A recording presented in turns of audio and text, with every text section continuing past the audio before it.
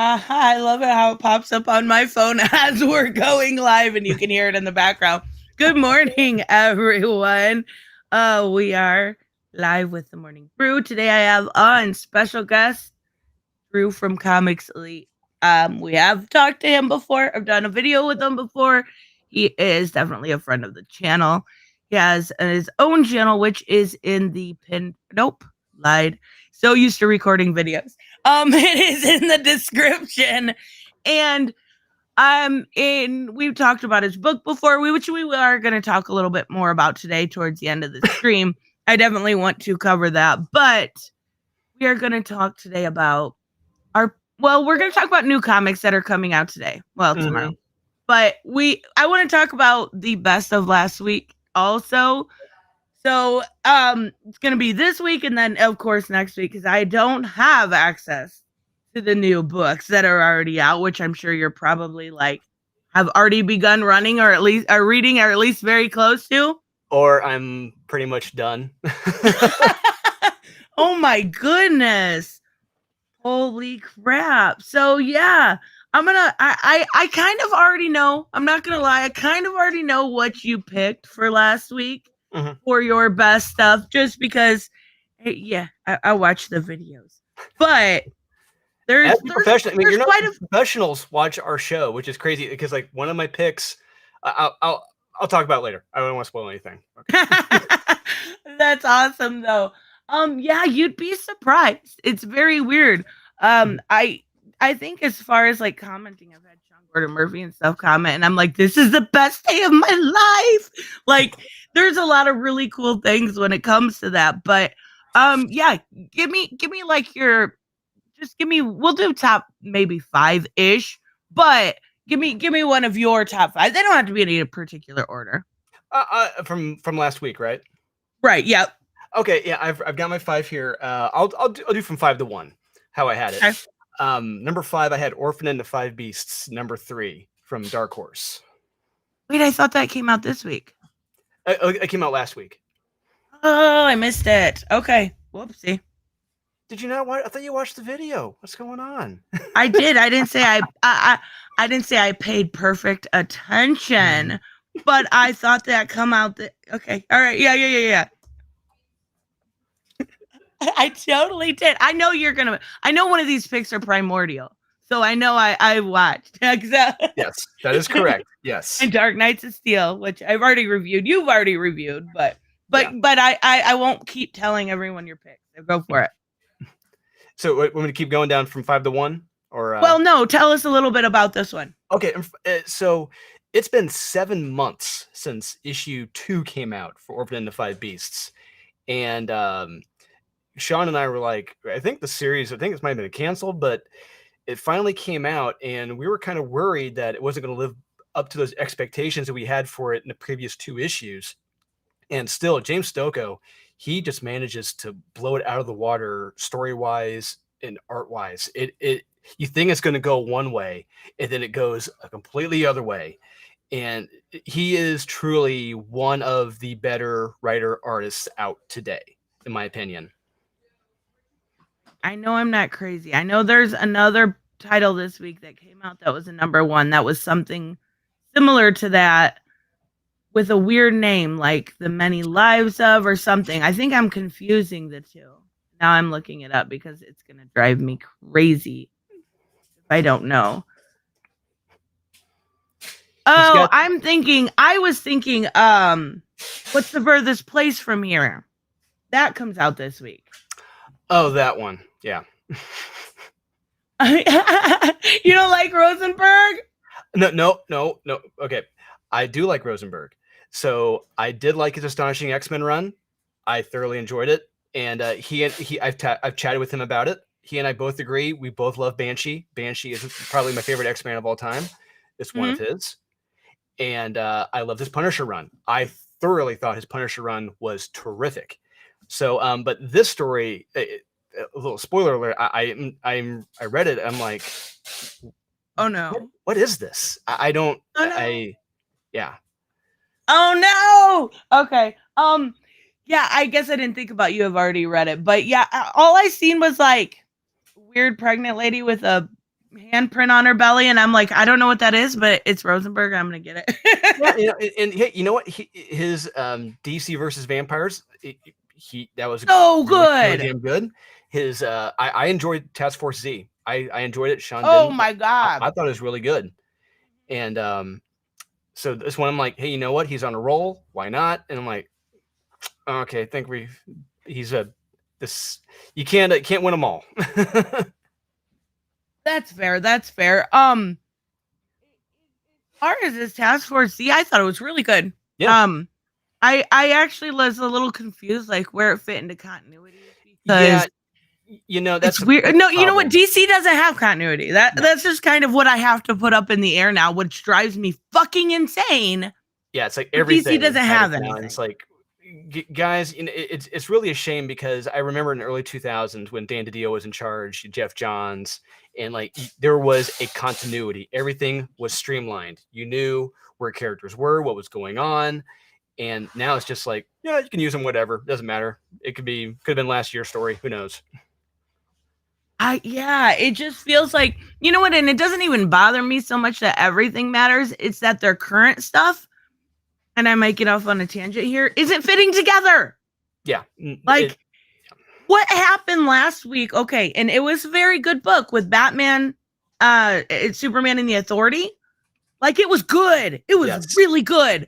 But I'm like, old man Clark, and now there's like and one liner in Action Comics this week that explains it. I just I told that to Sean. I'm like, this is why it made it. I think it was a meh. Wound up being a meh for me because I'm like, this does not make sense continuity wise. I understand what they're trying to do. It's a good story, but I mean, when you have the continuity, this story does not fit. It does not work continuity wise. I think what happened was like 5G was supposed to happen, right? So this was already done, right? No continuity. I hate that. I know it drives me insane. Yeah, Grant is this supposed to be a bridge? Like 2 years ago, and yeah, in 2018, right? Yeah. And so was it supposed to be the bridge? That's what I'm thinking. Like it was done. Like it may have been finished. Who knows how many months ago as a bridge? When they told him, "Hey, Grant Morrison's story isn't going to exactly fit. Do the best you can to bridge it." And yeah, he did the best he could, but it sticks out like a sore thumb. Yeah, and I feel like if that was a bridge, it would have been the scary bridge that in a movie you're not supposed to go across because one little like tarn could make you fall. That was the bridge that this book was. Now, I don't want to give away any spoilers, but I guess I've read, barring a couple things, I've read everything this week. This upcoming issue of Action Comics. Yeah, I did read that already. Those questions I had, they do get answered in this book. Like those, like how does this fit? Like, oh, that's why she's here.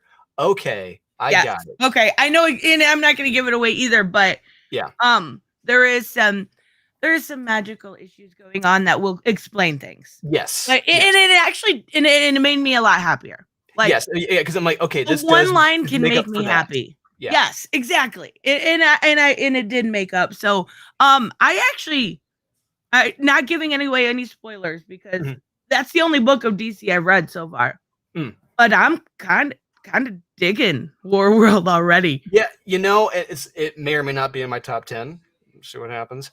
But I thoroughly enjoyed it. It got dark. I wasn't expecting it to go dark. That yeah.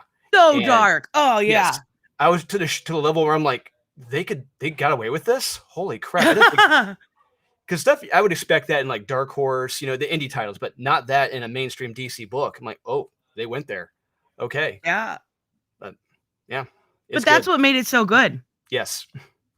I love it. So, we're talking this week's books, and we're supposed to be talking, and that's okay. But I that was the one book I was like, I wanna see where this starts, and yeah, it was worth.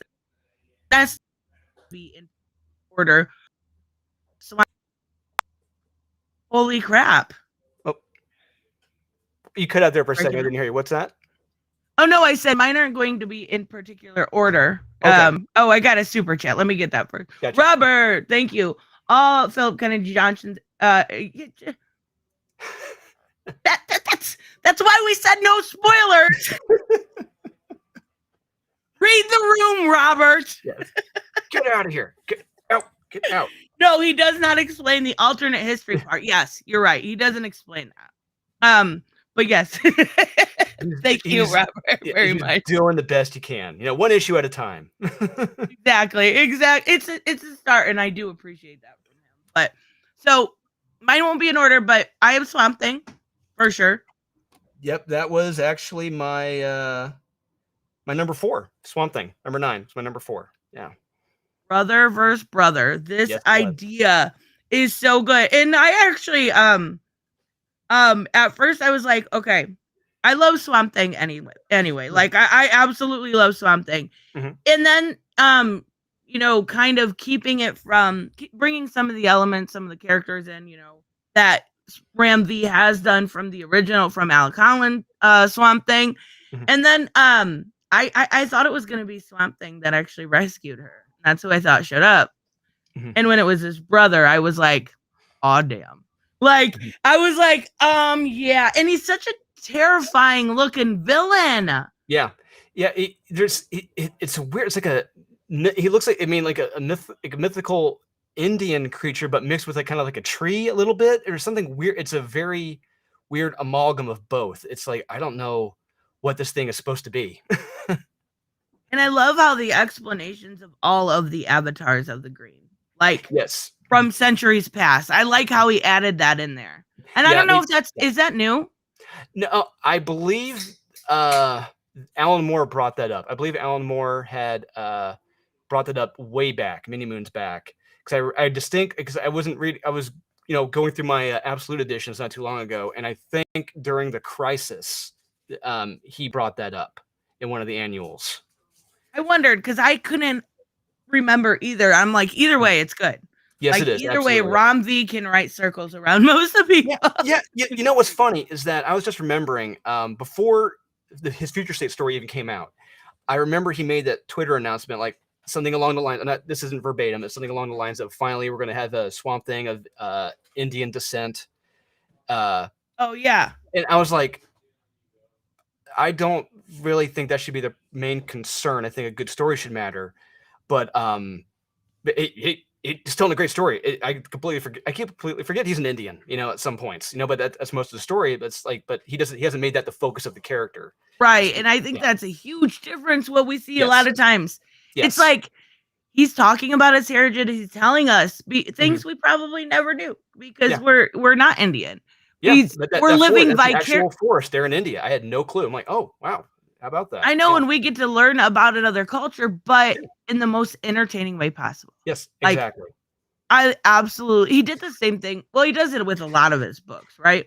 Mm-hmm. He draws from what he knows, but in Layla Starr, another really great story, like about the rich heritage that he has. And if I know you haven't read it, but you have I read issue 1. I read issue 1, and I just remember reading issue 1 and thinking, this is coming across as like a bad Looney Tunes cartoon of like we're trying to kill the baby or something. Like exactly what it is. Is that what it is or no? I mean, yeah. But at the end of the day,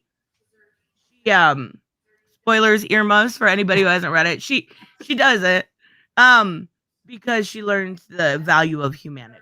That's kind of how it comes full circle. Like she has opportunity upon opportunity to do so and never can actually do it. And I think it's really awesome. Maybe it was really good story. Maybe I should give the future issues a try. Maybe I should just try issues 2 and 3 and see what happens. Yeah, it's worth at least revisiting one time to see. He's earned my trust with Swamp Thing, so I mean, why not? So yeah, and I don't know if you've read like his Blue and Green and stuff, but that's really good too. Which one? Blue and Green. It's older now. It's like fantastic, and the stuff he's done with Catwoman, like he gets a pass at this point, no matter. Yeah, I mean, no matter what. Yeah, he is the second best Batman writer right now, right behind Ram, right behind Miracle Tamaki. So yeah, my opinion. Wait, what is he writing that's Batman? Oh, Catwoman. I'm concerned. Oh, Catwoman. Okay. Bat Family. Okay, I Yes. get it. Oh yeah, Yeah. yes, he absolutely is. He definitely is. So, what'd you have for number 4? Oh, my number 4 is Swamp Thing. That was my number 4. So I I talk about it together. mean, how can you go wrong? So that's perfect. I'm trying to look through my books. I didn't actually make a list. I just kind of went through. Oh, Reptilian. Yeah, Reptilian. Gee, I was when I was live with Wes this past weekend on Thinking Critical. I'm like, I told him like, I don't know what to make of this comic. This is so weird. It has gotten just weird at this point. Like I couldn't make it a top 10. I couldn't make it a skip it. I couldn't make it a meh. I'm just like, I'm confused. I don't know. This is too crazy for me at this point. It was like, I don't know if I loved it or if I laughed. It didn't feel like Batman. No, it doesn't. It was No, like a absolutely jerk. not. Yeah, Batman. yeah. I told you, Batman really comes across as an ass in this comic now, and I'm like, this is weird.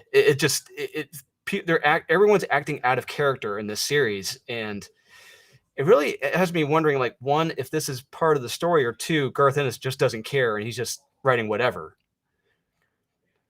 Yeah, I think Garth Ennis just kind of does that at this point. Like, he's kind of earned it, though. Like, to be fair, he's kind of earned it. But yeah, it was weird. It was like the first words of that issue were "let it suckle" or something, and I'm like, where the fuck are we going with this? And then it just got weirder. Like, the baby wants you to mate with it. Yeah, it's like, yeah. It's lines like that where I'm just like, I'm confused. I have no clue what is going on right now. Like I've been on weird trips with Garth Ennis before in his writing, but this is a whole new level of weird right here. Yeah, I love the art. That Liam Sharp art, though, you cannot go wrong with. That is correct. Liam Sharp. I mean, I'll say this for DC. DC right now, they have some of the best artists right now doing interiors.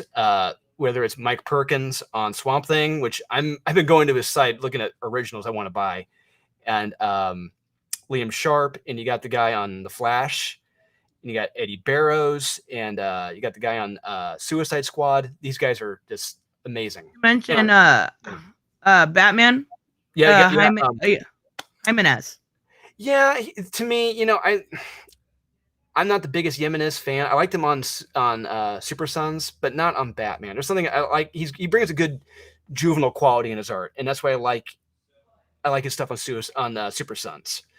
But Dan Mora, I think, is in Bogdanovich are my two favorite Batman artists right now. Dan Mora is so good. So yeah, you're right. They do definitely have the better artists, in my opinion. Yeah. Mm-hmm. They've got like Gomez and stuff over at Marvel, but like DC has so many quality artists. That's what I think trumps it. So what'd you have for 3? My number 3 was Superman 78, number 3. Yeah, it's good. Kind of boring. Art's not great. No, I'm enjoying it. Don't get me wrong. No, I mean, the art. It's not the most compared to the names I brought up earlier. It's not the most dynamic. It's not the flashiest. Correct, but I think it's really in the story. That's where it's at. It's the fact that I grew up on the movies, and reading this. Reading this. I'm thinking, this should have been Superman 3. This could have been Superman 3. And it makes me, I'm so excited reading this, but at the same time, I'm feeling robbed. I'm like, my God, we could have had one of the best trilogies ever in film history right here. This is amazing. It's much better than, like Superman 4 and stuff, but comparing it, the thing is, comparing it to Batman 89, it does circles. Oh my. Yeah. Like if that would have been, the second installment in Batman series, people would have felt like that wouldn't be near as a classic because it would have had that to hinder it behind. Oh, that's so bad. Yeah, I dropped it. I can't believe it because I remember the video is still on our channel when Sean and I were previewing Batman 89. The preview artwork. You guys had an exclusive, right? Yeah, we did. And but we're like, oh my God, this series is gonna be amazing. We can't wait. Joe Quinones has been working on this stuff for years, but clearly this story. Allegedly Sam Hamm wrote this years ago, but you read this comic, it did not come out. This was not written years ago. No way. Something is wrong. There's no way. Incubus, you're not feeling Batman Reptilian. Yeah, it's weird. It's weird. It's Yeah, definitely out there. I feel like it's very Garth Ennis. That's the best way to describe that. Like, Garth Ennis with I, a little bit of Grant Morrison. You know, there's some Grant Morrison elements to that too, I would say. yeah, oh yeah. But you know what Grant Morris used to be able to? I will say, like, multiversity and before, able to make the weird work. Lately, he Mhm. hasn't been landing in it as well. Yeah. Like Superman and the Authority, the only reason I liked it so much is because it made me genuinely giggle at the uh, ridiculous concepts. Yeah, it was a Like very normally ridiculous. with his ridiculous concepts, I'm like usually like, oh wow, that's a different thing. That's cool. That's different. And now I'm like, you're fucking kidding, right? Like Yeah. body shaming trolls. Okay, all right. Clearly, it's just he's. I mean, it's sad to say, but I think Grant Morrison's best days are behind him, honestly. And after talking to a certain writer artist at Terrificon a few months ago, and I learned about Grant Morrison behind the scenes and how he does scripts, his methods, I'm like, you know what? I can understand why a lot of this stuff doesn't make sense now. It all makes sense now. Okay. Yeah. Yeah, yeah, you know, did you read his Wonder Woman Earth One?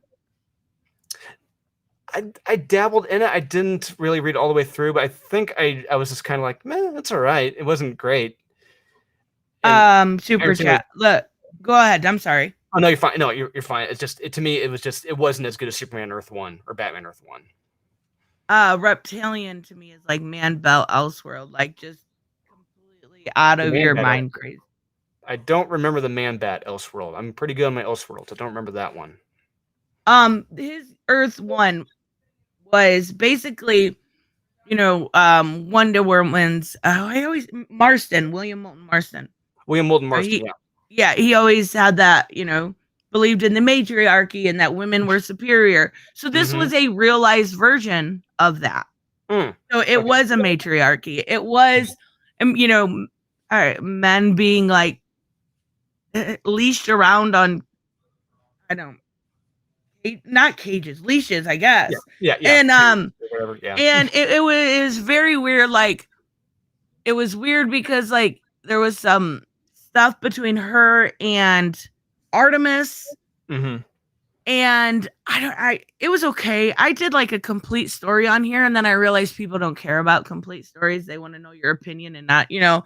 So Mm-hmm. like I kind of gave up on that a little bit, though I am still gonna do one on the Superman versus the KKK. But um it was different. It was different. We'll just call it different. Yes. It was a take. It was a different take on it. Yeah. Yeah. And that's I'm glad that he wasn't writing the main one title. Mm-hmm. Yeah. So 4-3. Where'd they go? I have Cross to Bear. Cross to Bear. Did I read that one? I'm trying to remember that one. It is from Aftershock. Wait a minute. Wait. I think I did read that one. I think. Let me pull it up. It does ring. It's ringing the bell. Oh, it's so good. It was about like the order, and it was like pilgrimy times. Let's see here. Oh, wait a minute. Okay. I do remember this one because Sean and I, we gave it a meh because we understood what they were going for, but it didn't. It's like a villainous approach to the League of Extraordinary Gentlemen, and my thought process was like I didn't see these more or less villainous characters working together to take down another villainous character to essentially escape hell. To me, it just didn't. It didn't really work for me. I don't know. I thought it was like the way the dialogue was done, the way that there was like people, you know, outside of the window and you could see the shadows, and like how a lot of times when these books come out, they don't take the time to use like old-fashioned words or maybe, you know, words that were more popular back then. And they did a really good job of doing them and using them correctly. They did a really good job of like keeping my attention and like grabbing my attention from the get-go and wanting to know what this order was. Yeah. And I really like it was really good too. Like I'm really looking forward to the next one. I do get what you mean about like the villainry of the League of Extraordinary Gentlemen, but I think they're kind of gonna go along the lines of you know, there towards the end he was talking about like, you know, murder is murder. It doesn't matter if you're doing it under the name of God or not. So I'm curious to see how they're going to elaborate on that. And then I loved at the end where the lady kicks him out and he's like, I wouldn't let no skirt tell me what to do. I'm like, shut the fuck up. I get it sometimes, but like it was just funny. I thought it was so good. I'll be there for issue 2. Yeah, I'm still going to continue it because I'm going to think, I'm like, okay, it's first issue, maybe issue 2 will be better. Because I mean, a premise like that, I do enjoy premises like that. Like one story I did like was the 7 Swords from Aftershock. Oh yeah, Tom Taylor. Yeah, no, it was a screenwriter who did it. It was about I was thinking the 7 Secrets or whatever it is. Let me fix my. I think it must be this cord. Let me know if that's any better. Oh, I see. I hear you. Okay. All right. 7 Swords. There's one by Stephanie Phillips that's something like, I don't know. I'll have to look it up. Oh yeah, it's like with one of the 3 Musketeers, Don Juan, and a few other famous swordsmen from that era. It's very fun. Oh, I never checked it out. I'll have to. I recognize the cover, but I never looked at it. I'm just like pirates, meh. Sometimes, but meh. Tom Taylor. Oh yeah, Drew's favorite. hey, I do like Tom Taylor's work. There are some I've met Tom Taylor a few times.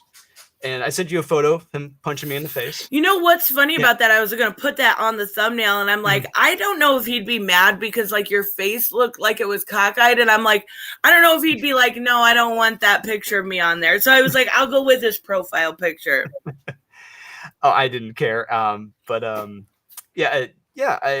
I've told Tom what I think of his work. You know, there's a lot of the stuff I enjoy, the stuff that I just don't care for. Like I told him, I mean, his Injustice stuff, I thoroughly believe Injustice years 1 through 3 are the best. I mean, that is some of the best storytelling right there. It's fantastic. And I think I would just say, like, I always told him Injustice ends after year 3. That's where it's done, you know? And, but yeah, Dark Knights of Steel, it is fantastic. I thoroughly enjoy it. Which we're gonna get to. Yes, we definitely will. But Tom Taylor, I think, gets a lot more hate than what he deserves. Like, he's done like I guess at Marvel, but because I don't read Marvel, he did like Smells Like Bigotry and Mustard or whatever it was. Tastes like mustard and bigger. But yeah, I know. Yeah, it's Nightcrawler says it. I'm just like, what? Nightcrawler would not say that. Yeah, it's weird. But like the only other thing I can think of that he's like really done that people are upset about is Kal-El. So now all of a sudden he's terrible writer. Like what? Because you don't like 4 issues? No, I really want to give him the benefit of the doubt that there is going to be a twist coming with this side character. You know, and we have seen in future state he is with Yara Flor. So maybe there will be a falling out with this relationship. I don't know. Because we see like flashes of genius from Tom Taylor. I really hope there is going to be a good twist with this story. Wait, hold on a second. You want the twist to be that he's dates a woman? Well, they said he's bi. They've said he's bi. Yes, so, yes. Yeah. But I don't. You know what? I'm still going. Well, the twist is going to be like this self actuated version of Twitter. He's going to being a bad guy. That's what I was just gonna say. Maybe it's pink kryptonite. Oh yeah. That's a good twist. Yeah, that would be, and I could see him doing it. I don't know. I just feel like they're trying to make him a little bit different version than his dad, and maybe they're going too far with it. But I also think, to Tom Taylor's credit, or something he can't necessarily maybe isn't he from Australia, right? Yes. Australia is much more far left than even America. So he's, having to write for generally an American audience, but worldwide audience, but mostly American audience. So yeah, I don't know. His Australian politics come out a lot Exactly on the page, and it doesn't translate well to other people of other countries who don't. A lot of people don't share those same political beliefs, and it's like this isn't working. You may have to veer a little bit more toward the middle on this one. Yeah. Right centrist. In real life, you can be as left as you want. I don't care. Yeah. I don't care about your politics. We probably don't agree on music either. Doesn't mean I hate you. Yeah, exactly. It's like there are a lot of creators I've met. Like I couldn't care less about your politics. I don't want to know about your politics. Just tell a good story. That's all that matters to me. I don't care. Yeah, Tom definitely gets some needless hate sometimes. Yeah, I would actually say both Toms do. Tom King definitely started out really strong, and the later half of his work has been really bad, or maybe that's just my love for Mr. Miracle. I don't know, but I definitely feel like, oh, you know what? Let's talk about this real quick since did you read Human Target? Mm-hmm. What'd you think? I remember months ago when it was announced, I was on Thinking Critical with Wes, and I told him what my prediction was going to happen, and in the series, and sure enough, issue 1, my prediction came true. Everything that happened in issue 1, like called it. Writing. You mean like writing, like decompressed storytelling? Well, no, just what was going to happen with the character. He was going to wind up dying. Oh, okay. Figure out who's killed him. It's gonna be a backward, circumventing to figure out who did it. Who did it to him, and it's just gonna be like 11 issues of him just getting his ass kicked, being told he's a piece of crap by everyone, and eventually dying. I didn't hate it.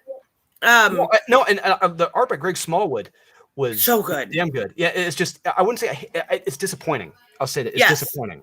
It was very predictable. Yes, that's the problem. And it's like if Tom King is this self-professed great writer, it shouldn't be this predictable. It is. The only thing is not only is it predictable, it's not near. Like, it's not even like it's, how do I say this? Like, it's not even like, Adam Strange, that was a little predictable too, but at least it kept what they did with Mr. Miracle. I'm sorry, Mr. Terrific and that. Oh yeah, but that was like 3 paragraphs. Like the whole thing in general, though, overall wasn't terrible. That at least started out stronger, in my opinion. Whereas this in Supergirl started out stronger. Mm-hmm. This made me interested enough to wait for the trade. That it feels like it's going to be a lot of like going back, because it's got that where it goes like page or day 12, 11, 10, 9, 8, 7. Yeah, it's a countdown. Yeah. Each issue is a countdown. And that's what it's gonna be. I'm gonna wait till it's done, and I'll read it as a trade. Yeah. And you didn't keep my interest long enough to even go to issue 2. Yeah. I'm just like, all right, it's all right. We know he's dying. We know he's going to die. So essentially we're seeing a guy die in each issue. And it's like, why do I want to watch a guy die in each issue and get his butt kicked? I'm like, when we know there's no cure, he's going to die. It's like, I don't see the fun in this, the point in this. It doesn't come across as enjoyable. Yeah, exactly. So, what'd you have for 2? My number 2 of the week was Primordial, number 2. Oh my gosh, I forgot Primordial.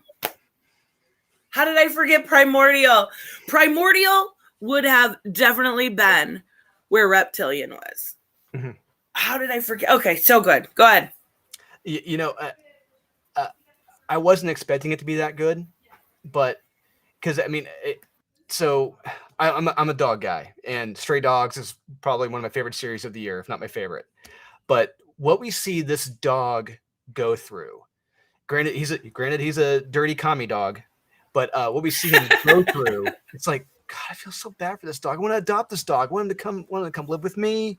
He is drawn so well, and I cannot wait to see what happens in issue 3. Sean wasn't too wasn't too keen on it because he wanted to get more to the alien aspect of it, explain what's going on. But I saw it as, okay, we saw the American side, now we're seeing the Soviet side. We're seeing what happened to the Soviet dog this time. I think we're going to get more of the alien aspect in 3 and 4. And I really enjoyed the human element here with the dog and really building that attachment to these characters because I care for them. You don't want anything bad to happen to them. I love the part where he's like so lonely, like it just breaks your heart. It does. It really breaks your heart. Yeah. I thought like it's, even though a lot, like say half this issue is about it and the other half is the mystery was still so good that I want to know. Yeah, like exactly. I want to continue. It's real. I like Jeff Lemire anyway. Pretty much anything by him I enjoy. I think he is on, I think, for a while there, I think he was just kind of meandering in the indies for the longest time. But now I really feel like he's on an upswing right now. Like, because I read Robin and Batman, read this, Primordial, Maze Box. He's doing so some good work right now. He's doing some damn good work. And and his storyboard, they just storyboard said, I forgot about that. They just that new horror book, that Born Orchid, with him and Andrea Sorrentino, whatever. Yeah, Andrea Sorrentino. You spelled it wrong. What am I thinking? Sorry, boards. But yeah,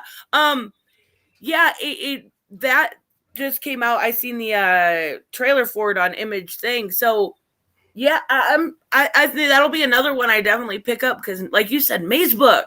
Oh, I love it. Like totally different genres. Yes. Still amazing. But the one thing they share in common is that both have a great mystery. He's doing a great job of teasing us with the mystery, and that's what I love about it. And I think Sean wanted it now, and it's like no. He's like Hitchcock. He's telling us what we need to know when we need to know it. Yep. And that's what I appreciate about this. Have you ever read his Sweet Tooth by chance?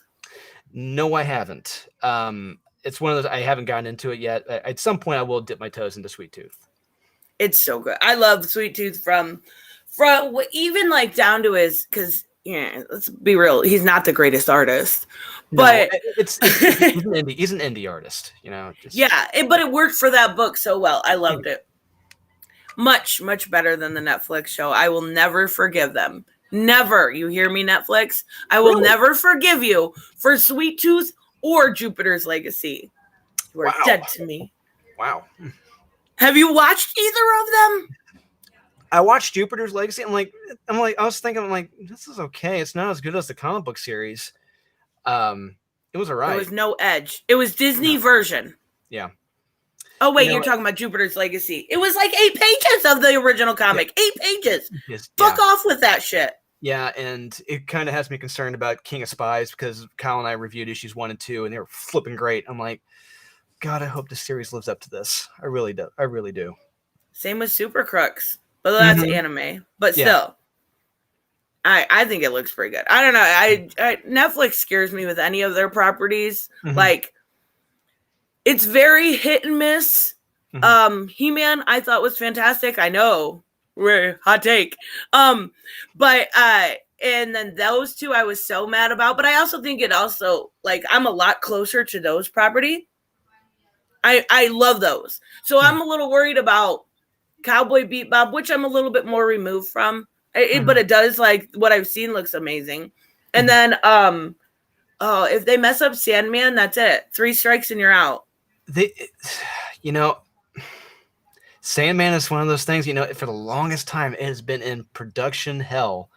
And you really hope after, 30 some odd years, almost 40 years, you think, hopefully they can get it right. Just stick to the comics. It's not that hard. Yeah, except for the only thing I would say to stay away from that they might have a little bit hard time, like, imagining is the stuff with the fairy Calliope. Yeah, probably shouldn't remake that. I would say just stick to, like, stick to, like, the Preludes and Nocturnes. Drag out some of those stories from Preludes and Nocturnes. Get people's feet, a little wet, then you can go into the crazy after that if it builds up. If you build up the audience. Yeah, I agree. Those stories, like just the dollhouse, everything, they're all so good that I just don't mess them up. Don't mess them up. I swear to God, if you mess up, I'll just go back and read the comic. What am I talking about? Or the audio drama. Oh, so good. Like Neil Gaiman voice is so like soothing. You could just fall asleep. It's so very good. distinct. It's a very distinct British voice. Yeah. So what'd you have for 2? My number. Oh, Primordial number 2. I'm up for 2. I'm up for 2. Crossover. Oh my God. So I love crossover. Love crossover. But the way, are you reading it? I've been in and out of it. It's just, it wasn't, because he sold it. Donnie sold it as like, this could be the next Watchmen. I think that was his verbiage for it. That's what he sold it as. Oh boy. And I read it and I'm like, this isn't exactly what I wanted. And the last couple issues, the one with Chip Zdarsky, I wasn't very fond of. And this latest issue, I'm like, wait a minute, did he just kill such and such? How does it's like? And it leaves me kind of confused about the tone of the book. If should I be laughing or should I treat this as a serious moment? That's what I'm confused about. So earmuffs, if you haven't got to crossover 9. Because I am going to give spoilers because I have to talk about it. Earmuffs, last morning. Okay. It's been a week. Come on.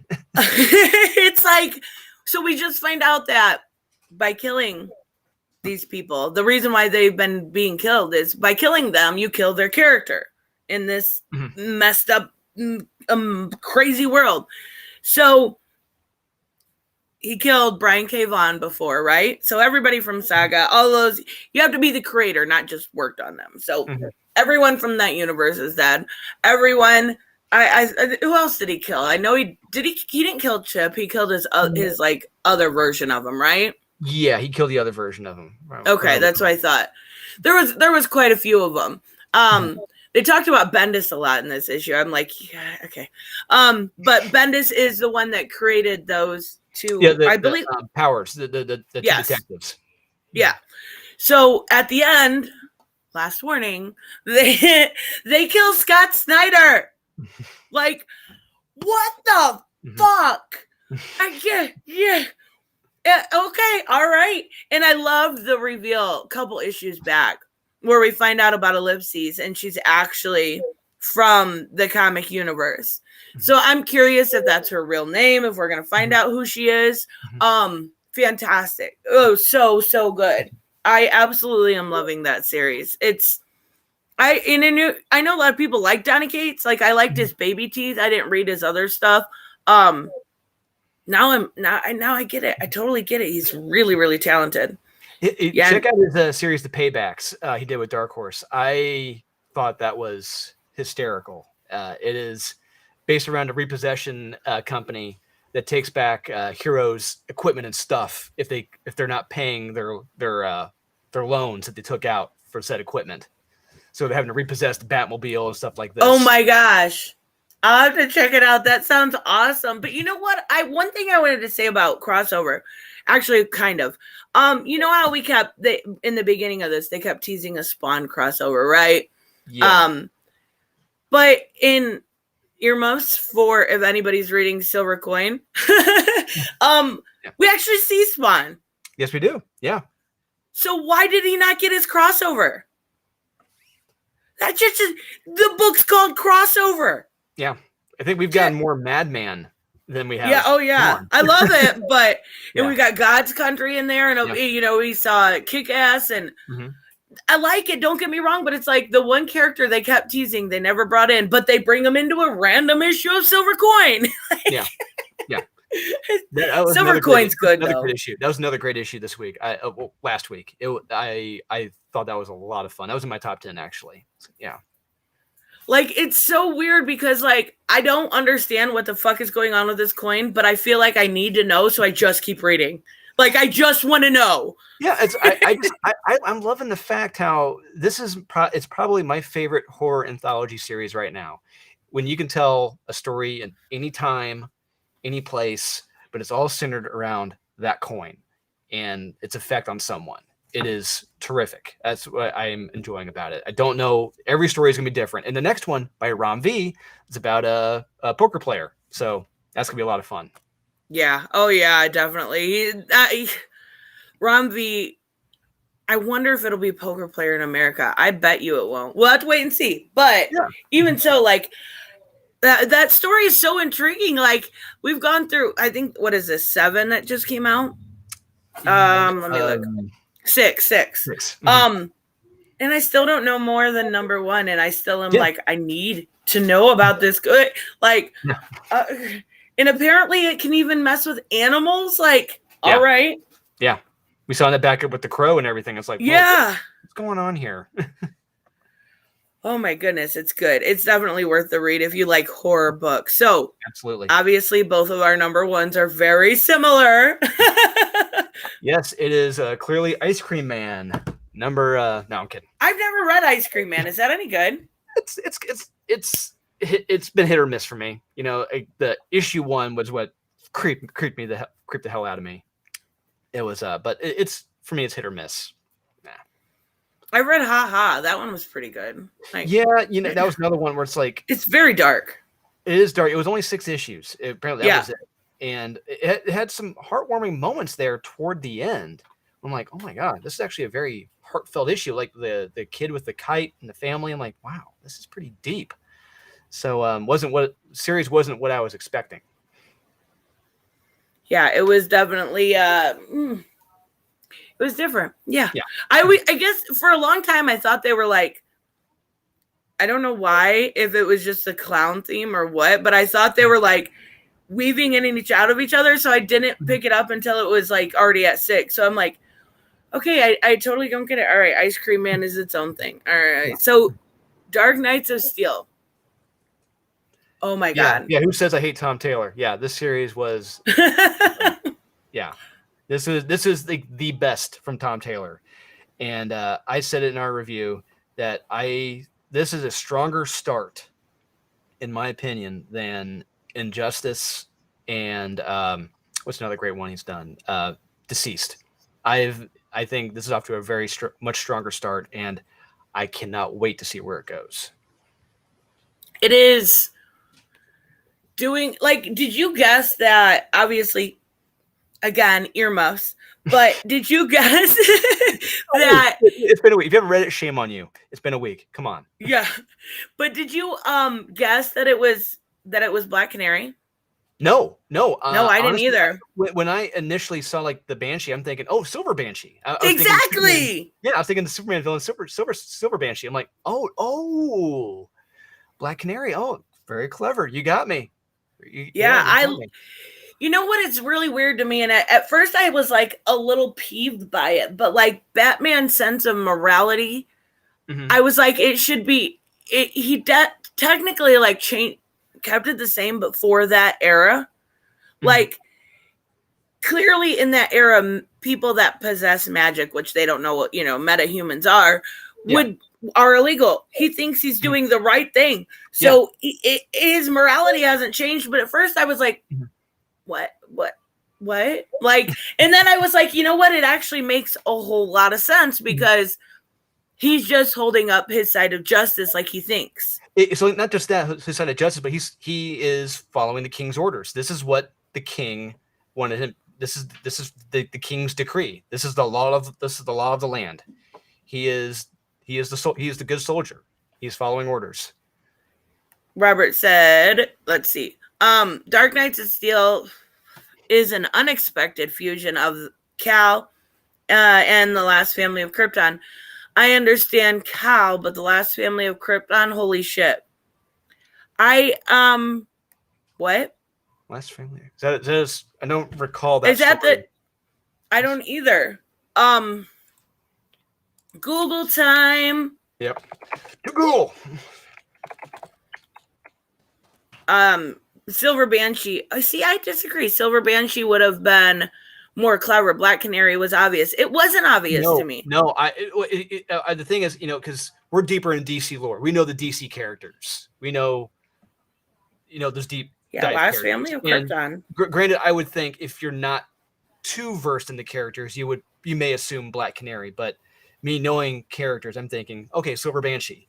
But no, threw me off. I'm like, oh, Black Canary. Number of issues 3. I never read Last Family of Krypton.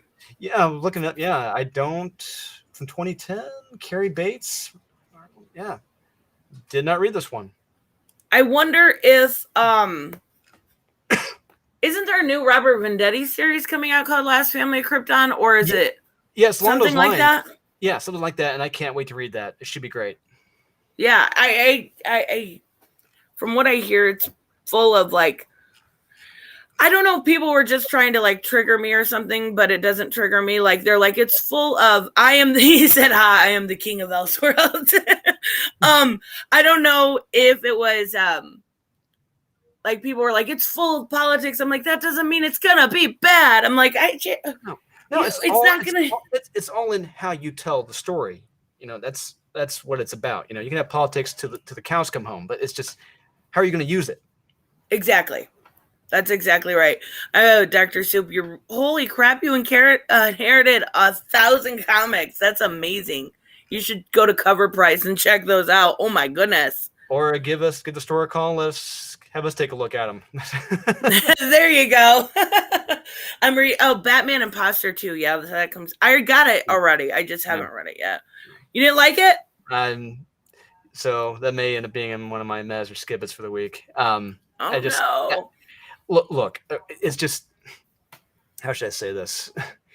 This is getting me ready for tonight, actually. So I love grounded approaches to Batman. I do. But doing the constant putting him in the real world situations and what they're doing in issue 2 to him, it's like, this is a little too real world.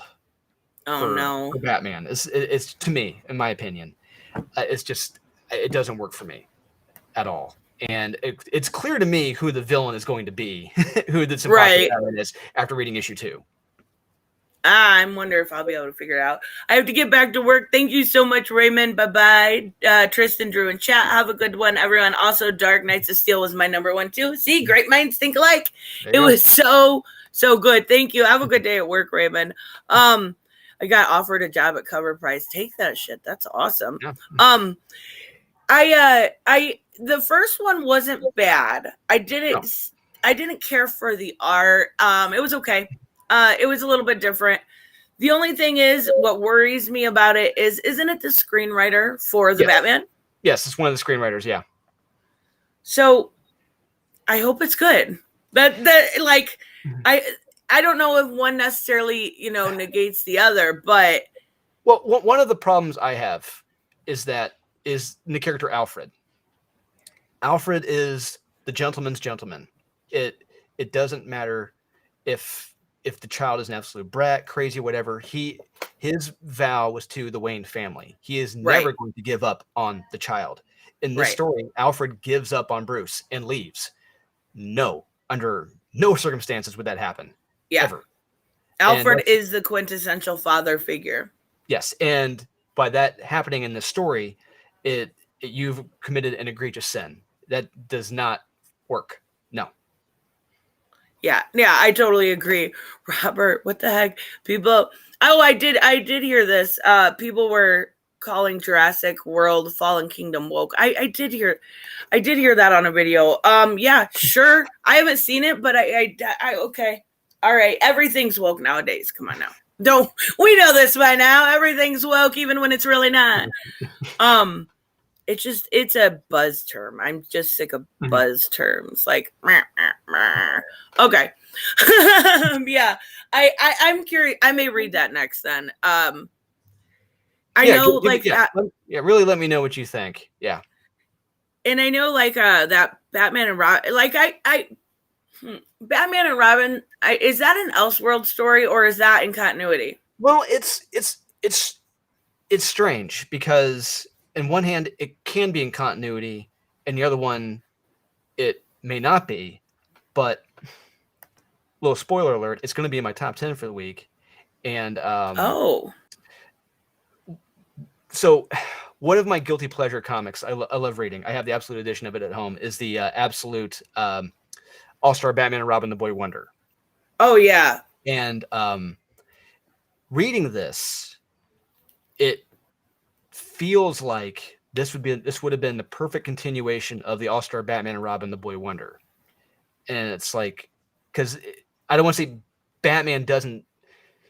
It's almost that same line of Batman. Batman's almost, I don't want to say exactly the same, but his methods, his approach to Robin, it's like this is almost the same Batman. And it's like I could have seen this Dick Grayson going along the same path. It's like this is like a perfect continuation of that. So it may or may not be, but to me, I'll probably be alone in the thought, but I see it as a continuation of All-Star Batman and Robin the Boy Wonder. Does, I like, what is it, his name? I know his last name's like GNU, but Dustin New? Dustin, I think it's New? I don't know. Yeah. Is his art dry? Like, I've got it. I haven't looked at it yet, but does his art drive you crazy in it, or do you get used to it? No, it doesn't. It works. For me, it works. His art in it is damn good. I think it's like watercolors. It looks like he's using watercolors. Yeah, it's different. It's beautiful on the inside, and like how he illustrates Batman, it's great.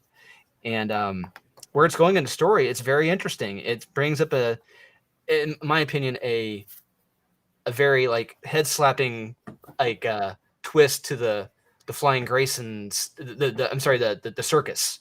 In addition to the circus, I may not have considered in the past. It's like, of course, this character probably would have been in that same circus. I hadn't thought of that, but I really enjoyed Robin and Batman. I thought it was really damn good. Oh, well, good. That was like the one I was least looking for. Well, besides I Am Batman, least looking forward to this week. And I'm like, all right, now I'm definitely interested. You know what's awesome about this when we go in? Well, I'm going to segue over to new comics, but yeah, you've read them. So that's kind of awesome. I'm hoping. Last time I had a little trouble. Cheshire, can you not? Okay. Last time I had a little problem with sharing my screen. Okay. It was like messing up in and out of my audio. So if I break up, let me know. But I'm hoping we don't have any issues. Hey, that was way quicker than last time already. Wow. So, all right. We have, get back to the top. I was looking up the name of that one and I couldn't earlier when I couldn't think of it. I'm not a big Dynamite reader. Not even a little bit. Some of their books I have enjoyed, like the last issue of Barbarella I read, I thought it blew my mind. I'm like, oh my God, this is actually a good comic. This is actually a good Barbarella comic. Some story elements I didn't think they would incorporate, and some of them may surprise you. I'll say that. Does this bitch have camel toe here? Like, come on. What the fuck? Okay. All right, cute.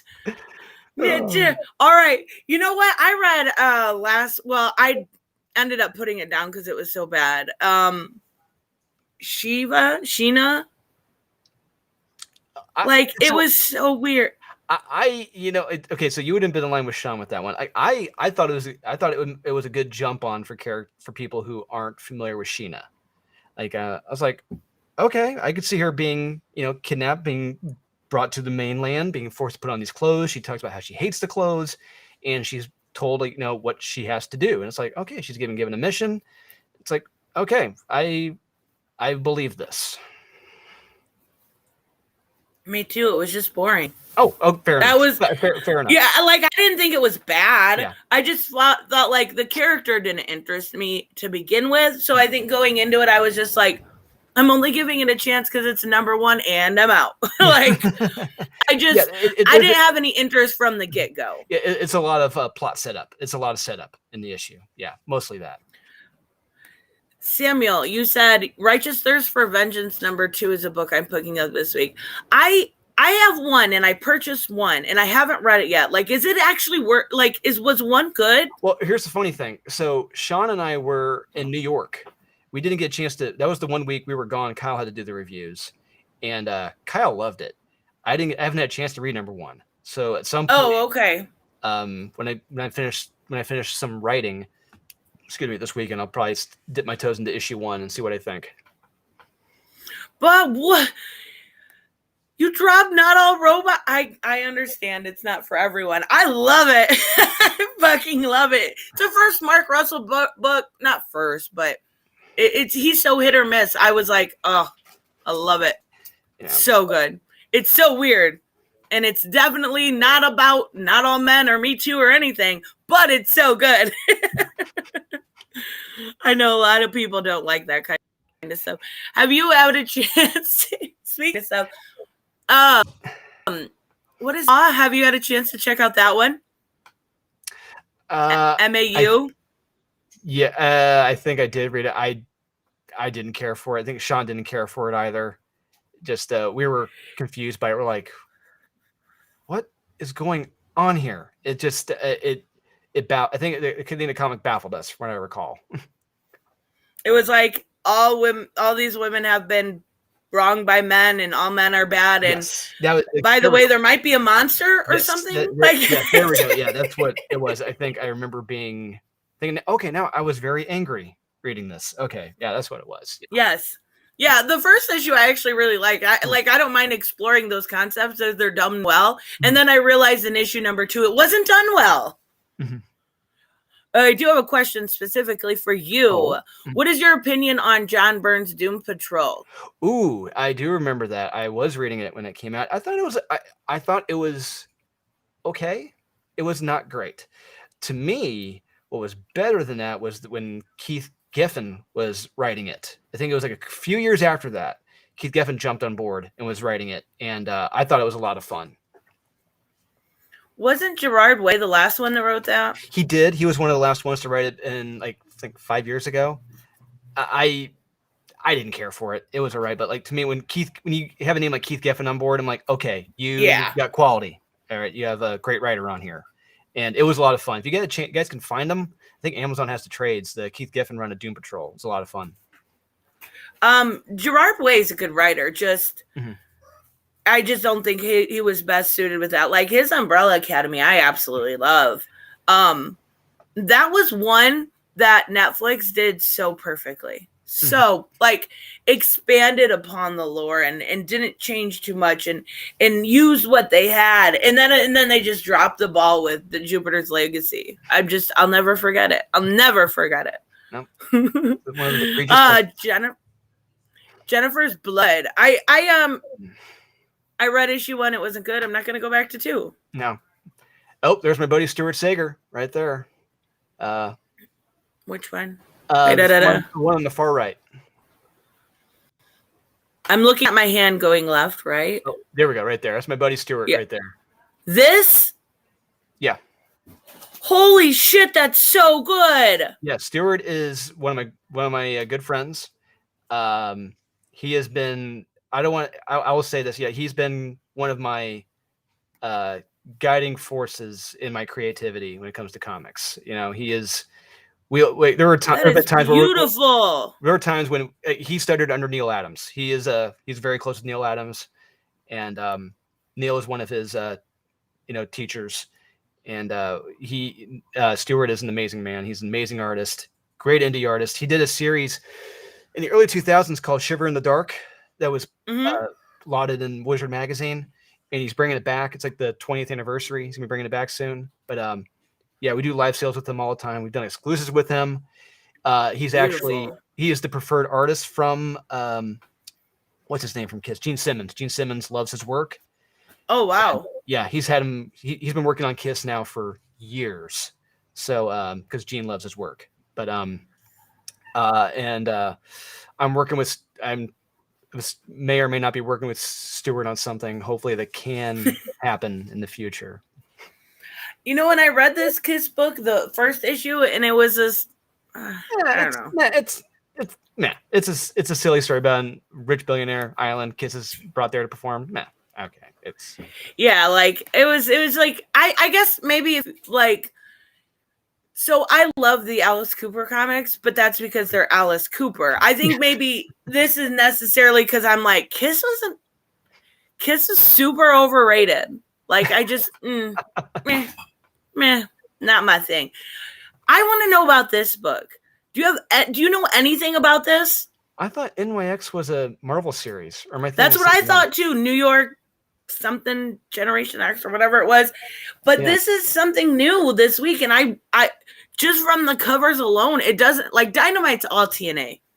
This doesn't look to be like all TNA, and it actually interests me.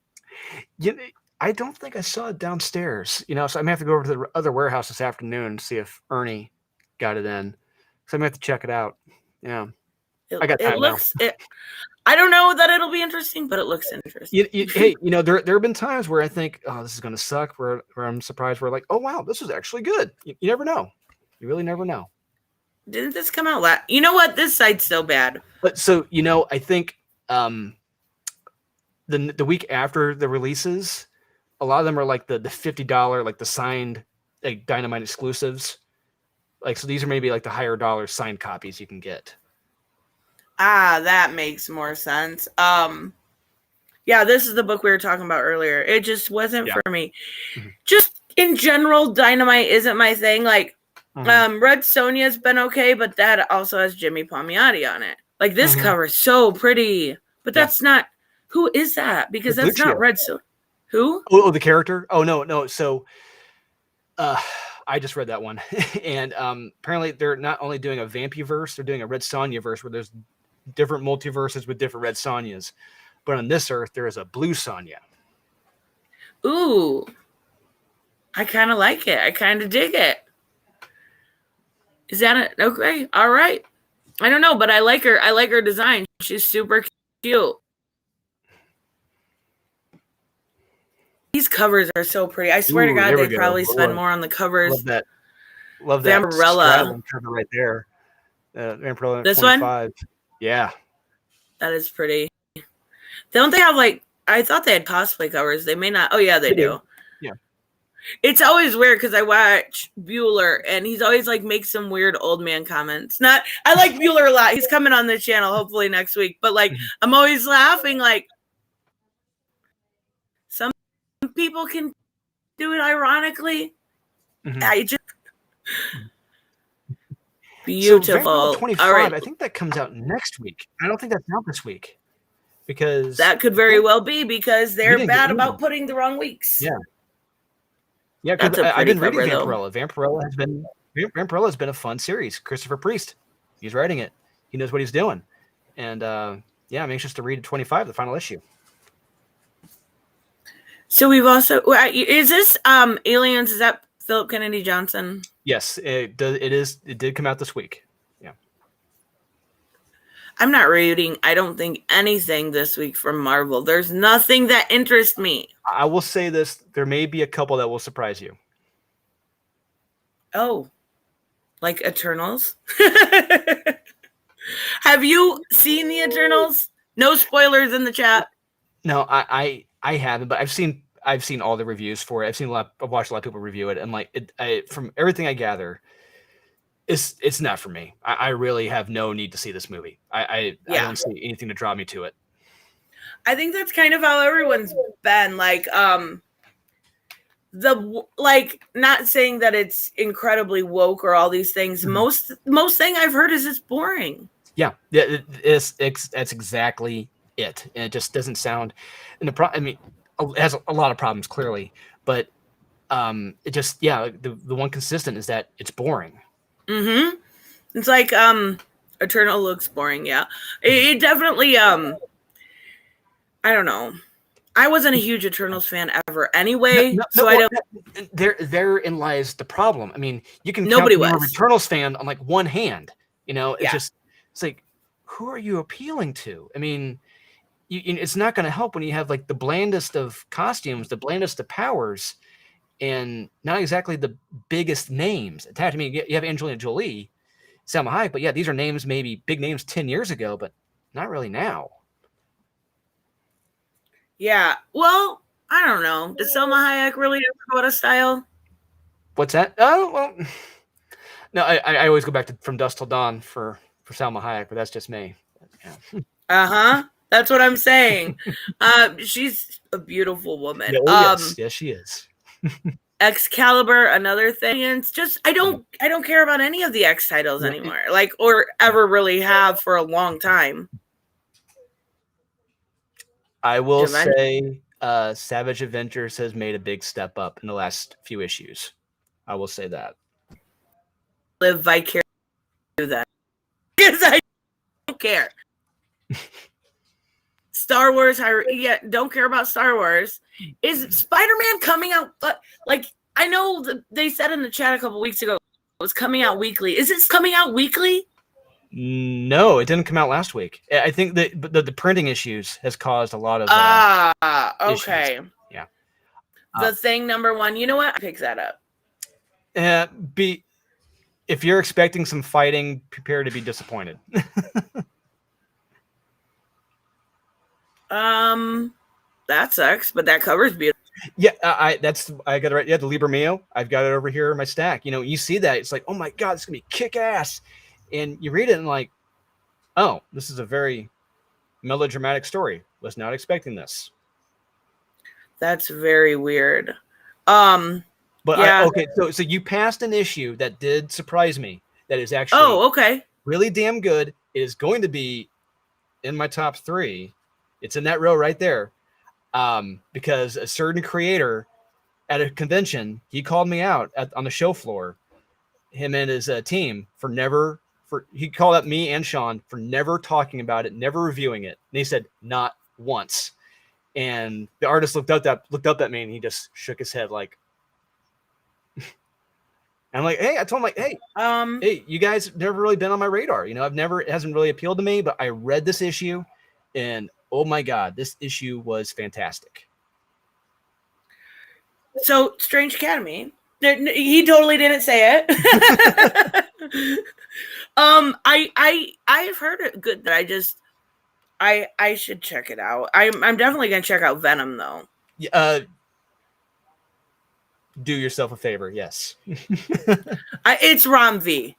Like Rom V could be writing Powerpuff Girls or something, and I'd check it out. I'm trying not to tip my hat too far. Yeah, but, too much. I get it. Yeah, but I'll say this: you can't go wrong with Venom or Strange Academy from Marvel this week. Awesome. So we are at DC. We've talked about some of these titles, but yeah, Batman 89 is not coming out. I know that. Mm-hmm. I know these two graphic novels. I ain't reading that. Detective 6, that's not coming out. Is it? No, it's not. I think that got pushed. Yeah. Yeah. Yeah, all these paper shortages. Yeah. Batman Imposter. Yep. I'm definitely getting that. Urban Legends 9 feel to me like the perfect kind of detective comics where you've got all the family. You know what I mean? Yeah. That's a Fear State tie-in. Then I have to read it. So I mean, I read it. I read the Batman Urban Legends, and I one of the things I'm going to say is that, like, why is Batman on this title? Batman is not in this book at all. Period. Maybe one page or a panel, but that is it. There's no Batman in this. Yeah, I kind of get it. Yeah, that's kind of. I mean, since the story with Red Hood and the grifter stuff, I don't know that he's really shown up much at all since then, has he? No, you know, it was mostly that Chip Zdarsky story, and after that, he's just kind of been intermittently popping in and out, if at all. That Chip Zdarsky story, though, oh, so good. Yeah, I'm hit or miss on it. It just, my philosophy has been, I know I'm probably alone in this, but I want to see Jason Todd go to prison like the Punisher at one point when Mike Barron did. Steve Grant. Put this sucker in jail for what he has done. That miniseries should have ended with him going to prison, and then continuing it on with maybe Brian Azzarello's Suicide Squad. That could have been lined up with that, you know. But he should be in prison for the murders he has done. Yeah, I totally. Yeah, instead he gives up guns. Okay. Yeah. All right. Okay, great. How does that atone for what you've done? See, I seen, and it's not showing up here, but it said on the top, Prelude to Aquaman for Black Manta 3, and I dropped Black Manta after 1. It was so bad. This issue doesn't get any better. I read it. I'm like, oh my god, it's so bad. Black Manta's he's not even in the issue. I think when I read this issue, I'm like, why is this called Black Manta? You're focusing on every other multi-ethnic character in the DC universe except for Black Manta. He's not even in this issue. Of course. Like that's kind of how Batman's been lately too. Yeah, but I want to know what the hell is it? Why are we doing this Aquaman thing where we have Jackson Arthur as Aquaman? Yeah. Is that why they got rid of the monarchy? Like, all right, okay, all right, we're really doing this. We're really okay. All right, we'll see how it goes. Yeah, just in time for the Aquaman movie. Yeah, go figure. Yeah, the synergy is unreal. Gotham, Future State. I'm still like torn on that. Like I love every other issue, and that's it. Like but then the other ones are just okay. So Sean and I we stopped after issue 1 because I mean it's a manga comic, and it's just that right. I get it. It's like because I'm barely dipping my toes in the manga right now by reading The Guyver by a Booster Armor, but it's just like I don't want to go too far into this, and like this can be really hit or miss. So yeah. Did you say MacGyver, the guy that can do anything? The Guyver, sorry. The Guyver. I was like that. I was like, they make a manga about everything. I said that when I was a kid. I'm like, my cousin's like, oh, have you watched this movie called The Guyver? I'm like, MacGyver? What? I did that a lot when I was a kid. But yeah, The Guyver. Yeah, they're making mangas now about Superman going to get rice. So who knows? Hardware. Hardware's been good. Or no, Hardware. No, I'm thinking Icon and Rocket. Yeah, I have enjoyed Hardware. That's been good. Icon and Rocket's been good. Really, like I was shocked at some of like the way it was written. It's really good. But yeah, gotta say it. I've already read this, but like T. Franklin. If you see her on social media, she is a little out there. Yeah. Yes. But she is such a good Harley Quinn and Ivy writer. Like, this book is, and it's going to be rare for me to say because I do love some Stephanie Phillips, but better. Whoa. This book is fucking everything a Harley Quinn or Poison Ivy fan could want. It is that damn good. Interesting. You're missing out. It is so good. And it's free on DC Infinite. Yeah, it's like after a couple weeks ago when that video came out, when she was making those accusations, when she was clearly on something, it's like, I don't want to go anywhere near this. She was smoking a bowl. And it's like, I don't want to go. It's like, I almost don't want to deal with this person at all. I don't want to go touch anything she's writing. Oh, no, it's good. Okay. Like, that video was like 2 years old, by the way. It just resurfaced. Oh. Yeah. But yeah, I think she said she was drunk. I know she was smoking a bowl, but like, I think that's just her personality. Cause I've seen her in interviews and stuff. I think she's just boisterous. And then I Am Batman. I'm reading it cause it's Fear State tie-in and because I'm a person like that. Like I have to, I just have to. The thing is, it's like, I want to like that, you need to give me to like the character, but you're giving me nothing to really differentiate this guy from Bruce Wayne other than, to my opinion, he's not as good as Bruce Wayne. Bruce Wayne had to earn and had to fight to become Batman. This guy just said, I'm Batman. I got some armor. I'm going to be Batman. It's like, it doesn't work that way. Yep. And then he's like kind of cookie cutter, but then he's like, I want to be different than Bruce Wayne. I want to be seen. I'm like, then quit trying to be him. And you know what? I last night, I was thinking to myself, I'm like, because Sean, the series I'm writing for him right now, it's like he told me he's like write a female empowered comic the way you would do it. I'm like, okay, perfect. And I was thinking last night, like, if Sean had the rights to DC and he was like, write John Ridley how you would write it, and I'm like, okay, well, it's like my take would be like, I'm going to have this guy fail at Gotham. He's going to be at night. He fails, and Bruce Wayne comes in to save his ass. And behind the scenes, after that, he tells him, he's like, look, you are not better than me, clearly, but with practice, with time, you could be. I'm going to put you on a training regimen. I'm going to put you through what I went through. And we just follow him, go through the process to becoming Batman and maybe becoming a better Batman, going through what Bruce Wayne learned. Yeah, but then they would have to admit that they need that.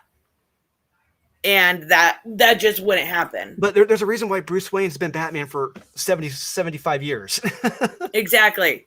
Have you been... Last Ride's been so good. That's another one that I'm really enjoying. Like, I wish they would continue this, because I would love to hear the stories about like what happened with, I mean, I know we're getting a little bit of answers, but with Martian Manhunter at all. I could not believe that twist. Oh yeah.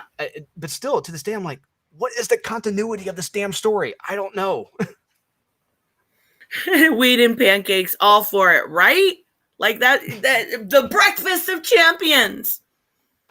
So we did talk about Batman and Robin. Son of Kal-El number 5 is my bad. Yeah, right, Son of Kal-El number 5 is not coming out. No. Joker is, though. Yes, it did. Yes. And this cover is hideous. It's a connecting cover set. Yeah. I know, but her face is ugly. Punchline's not supposed to be ugly. It's not Miko's best. It is, I don't know. Face looks mousy to me. Titans United. It looks bland. It looks bland. Yeah. Joker I've been enjoying. It's not like Tinian's best thing, but like it's been not like a solid 7. Yeah, it's not the Joker. Gordon number 9. Yep. And Joker does show up in this. He does show up. Shockingly. Oh, good. We've got Titans United. I wish that's what the Titans show was actually. So that will be in my top 10. I'm reading it, you know, and granted, it's like, so I grew up in the 80s and 90s. I loved action movies. I love the puns. I love those are guilty pleasures for me. And reading this issue, I'm like, if you have an appreciation for those films, you'll appreciate this series. You'll appreciate this comic. This is a fun comic book. This is an action-packed comic book. This is fun. I'm having fun reading Titans United. This is what the Titans should be. Yep. And this will be in my top 10. Yeah, I really, really like it. I love how they put, not on this cover, but the other cover, they're like, if you like this, check out Titans. No, that's terrible advice. Do not do that. Mm-hmm. It's so bad. Oh, what's the matter, Wendy? Your one eye's a little messed up. You look like I don't know if I could say. I don't know if I could say. Yeah, it, but. Yeah. I'm gonna. It's been good though, Becky. Oh, what did I just do here? Whoa. Whoops. Playing Becky Cloonan in it. Oopsies. I've liked their run. It's been pretty decent. I like how they're doing it. Mm-hmm. Let's go through Image real quick, and then we'll go, because I want to make sure we show that cover. Righteous Thirst for Revengeance, we already talked about. Homesick Pilots, I never jumped on, so I don't care. and if you're picking up Chelsea Kane, probably not at this channel. Just saying.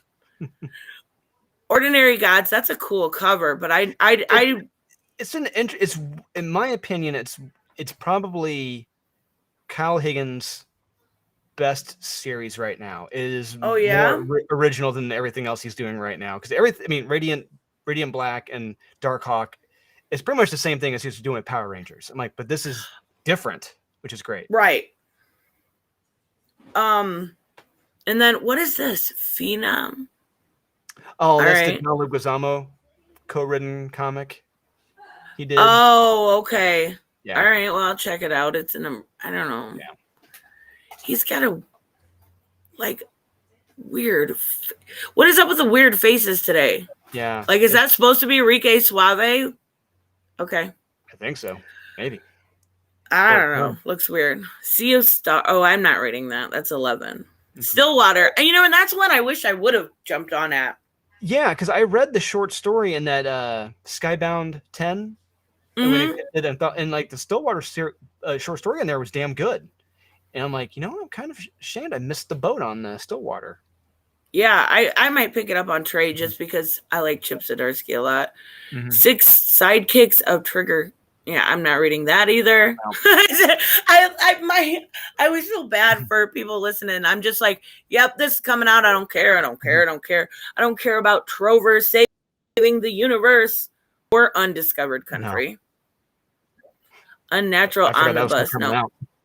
Yeah, I know. It was like big for like 2 minutes, even shorter than Yeah. Yara Flor was. Yeah.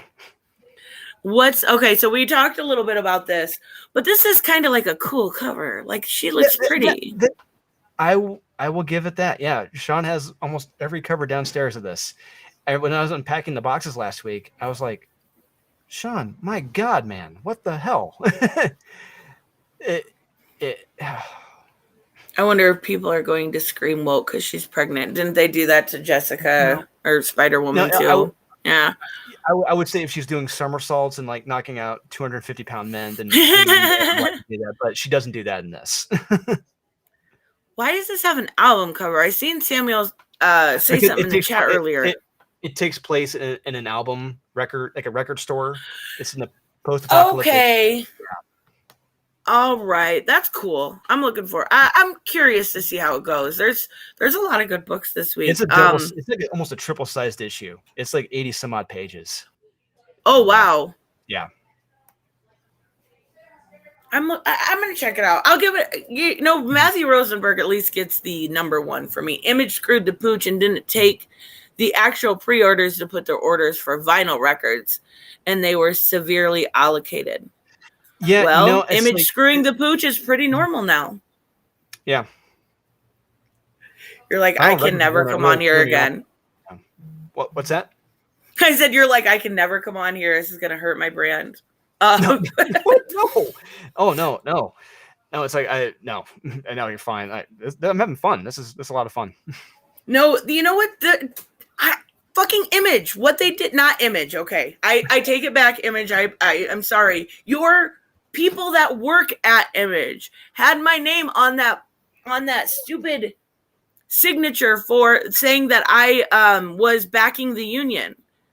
Oh, and so I saw something about that you were. I didn't want to say that you were involved, but like your name was. They tied your name to. I'm like, what the hell happened here? Like I did a video on it. I said I'm pro-union, but I am not for censorship, and this is clearly about censorship. Yes, it's a power play. That's all this is. It is exactly. Like, it's what union's supposed to protect you against, and that's what they want the union to represent. No, I'm not okay with that, but they put my name on it anyway. Now, I did get it removed from the website. After stomping my feet and throwing a fit and making a video, and Sweetcast made a video about it, and I sent them 2 different contact forms and having to throw a fit. It finally is off. Okay? It's off. Good. But it's still on Bleeding Cool. Imagine my shock. It's still on there. Jeez. The pinnacle. I was just gonna say the pinnacle of journalism, Mr. Rich Johnson. Journalism, yeah. The only thing I like about Bleeding Cool, and I'll give him credit to, is he actually he's able to get the leaks ahead of time sometimes. Yeah. So I'm like, for as many bridges as he's able to burn, he's still able to get those leaks out, which is pretty crazy. And I thought they were going to go away after Andy Corey lost his job because we knew it was Andy Corey. Yeah. So, and he's still able to. I that's why I go there. Or he gets the issues a couple days early and we'll post spoilers. And don't care about spoilers. I always get spoilers anyway, so I don't mind. And I'm like, all right. That's the only reason why I go there. But the rest of what he does is kind of like this person one time liked a tweet from a guy that might be related to Trump's uncle's friend. So now they are alt-right. Or, excuse me, what? Yeah. Or another case in point is, so Sean Hudachko owns Comics Elite, my boss, my publisher. He is one of the co-publishers of Artist Elite Comics with Tyler Kirkham and Ali Garza. Mm-hmm. So he puts out that article about Artist Elite Comics and the people who are a part of it. And he links in these hit piece articles in there, like of these embarrassing incidents that they had like 10 years ago. It's like, what the hell is this? What is wrong with you? Why would you do that? Yeah, he does that to everybody he either is neutral with or doesn't like. Like, he'll do it with everything, like when it comes to anybody that's ever been in and around CG. And I did have my own personal like fallout with them, but it doesn't matter. You know what I mean? Like, it doesn't matter. You can literally sit here and be like, I think CG is a joke. And he'll be like, well, this one time at band camp, she said she might have been okay with one person from CG. It's fucking ridiculous. So Rich Johnson has been a customer of ours. I will say that. Wait, he has been? Yep. CG is a joke. Oh, I know. I'm just saying.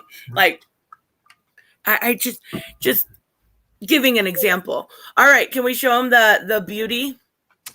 Let's do it. All right. I gotta unshare and then share. I'm slow. You know, it's not me that's slow. It's this damn computer.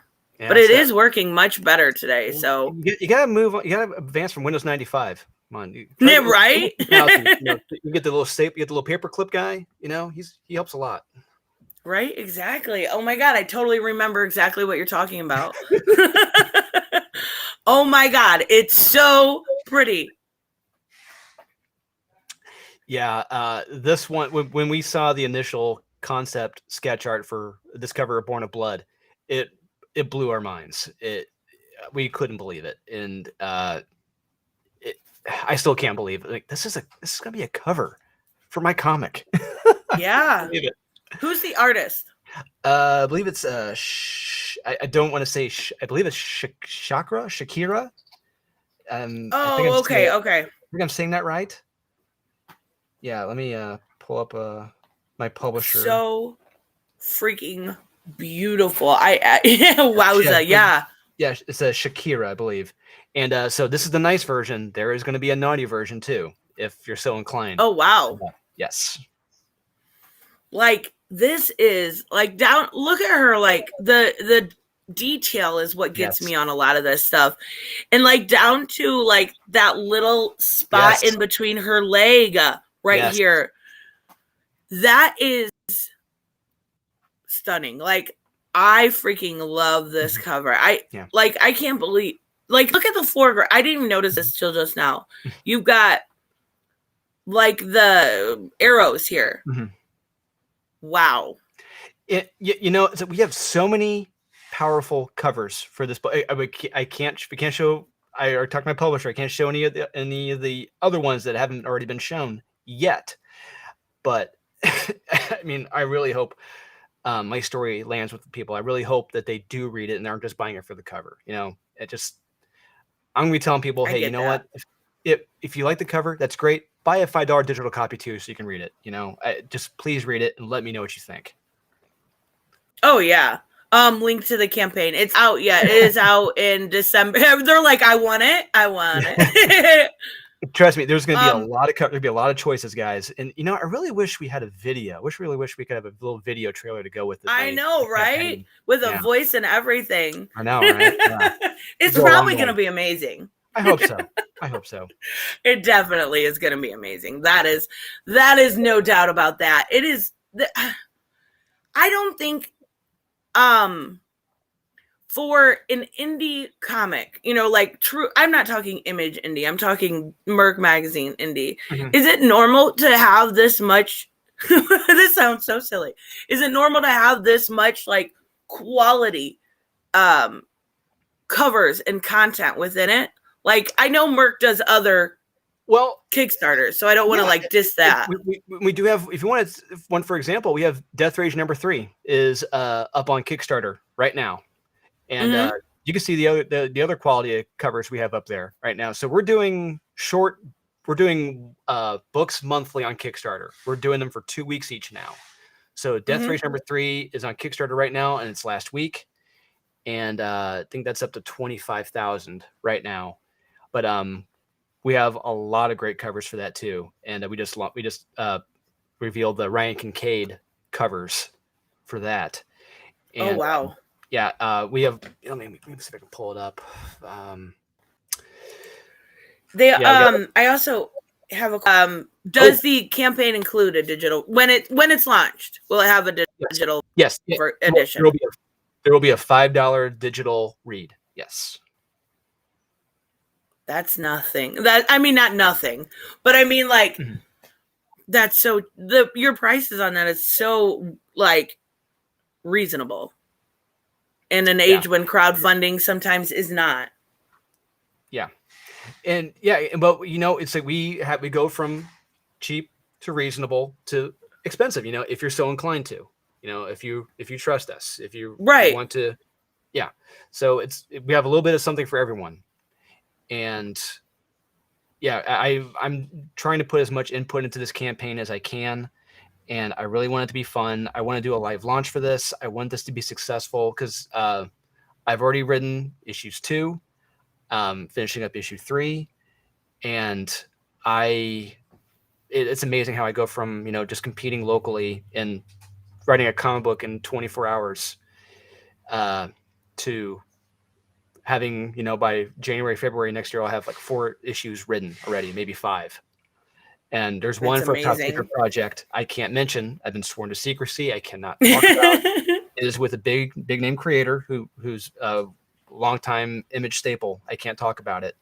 But we'll say that. But it stinks when you're working on all these projects. You have this great art and you can't share it. You can't show it. It's like, I want to show it. I want to show it so bad. No kidding. I can't even imagine. Like, I'm so bad at like, if I know something, I'm like, I want to tell somebody. I need to tell somebody. I have to, but that would be so hard. So, Tristan, you have seen some pages of issue 1. Mm-hmm. What do you think? Oh, I love the art style. Okay.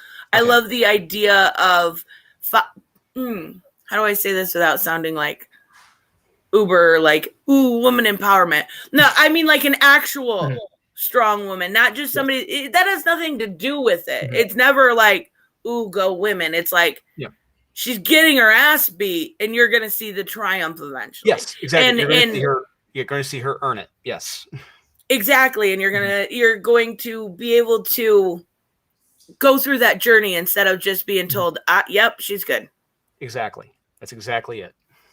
And that's what I mean. Like, I don't mean necessarily like women empowerment. I mean, like, it's cool to see a badass woman that's actually a badass woman and not and actually see it and not be told. Do not tell.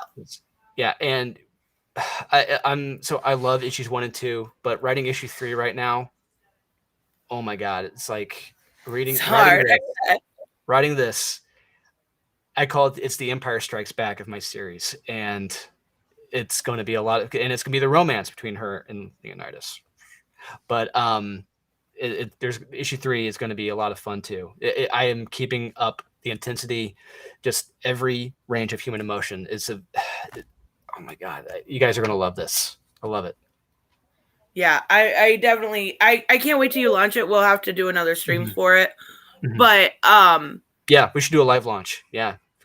Definitely. I can't wait. So let's wrap up. Oh yeah, there was Spider-Man No Way Home leak. Maybe I'll do a video about that later. Doubtful. Yeah, I wasn't sure. I think someone may have refuted that. I think because I saw some image releases, but then because I think what's his name, John Campea, he released them, but apparently they weren't real. He got deep. They're fake apparently, but I don't know. Sure, they were totally fake, Winky. I don't know. They could be, but like, they looked pretty real. It looked kind of very much to me like a whole, totally like Disney didn't plan this leak because like it was watermarked and it just felt like, I don't know. People are shady. So anyways, thank you so much, Drew, for coming on. Make sure you guys check out Comics Leak. And like I said, when its book launches, we'll definitely be back on. I cannot wait. Oh yes. Robert, tell them you're correct. Yes, I will be on Robert's live stream on Friday, 11 a.m. And that should be fun. But yes. Is there anything you guys are, well, of course you'll have your normal videos out, but is there anything you guys are working on that you want to talk about, that you want to plug? So we're going to have Marat Michaels in the store this week, Thursday and Friday. So Tristan, you familiar with the character Deadpool? Heard of this guy? Oh, no, never heard of him. Okay, well, so Rob Liefeld created him, but Rob Liefeld's best friend, childhood friend to now has been Marat Michaels. Marat was the second guy to ever draw Deadpool. And Marat, he is he created Brigade for Image Comics, and he's got Naughty and Nice, his own Counterpoint Comics, the Do You Poos. That's him, and he's going to be here in the store, signing books, selling art, everything. Awesome. Definitely will have to check that out. So yes, make sure you guys check out his link. Like I said, it's worth it. Not only that, but you always get the weekly mess, skip it's, and top 10 of the week, which is, yeah, it helps me determine sometimes whether or not I want to pick up a number one or not. So it's worth it. Definitely listen to Sean though. Just saying. Anyways, we will see you guys next time. Bye-bye.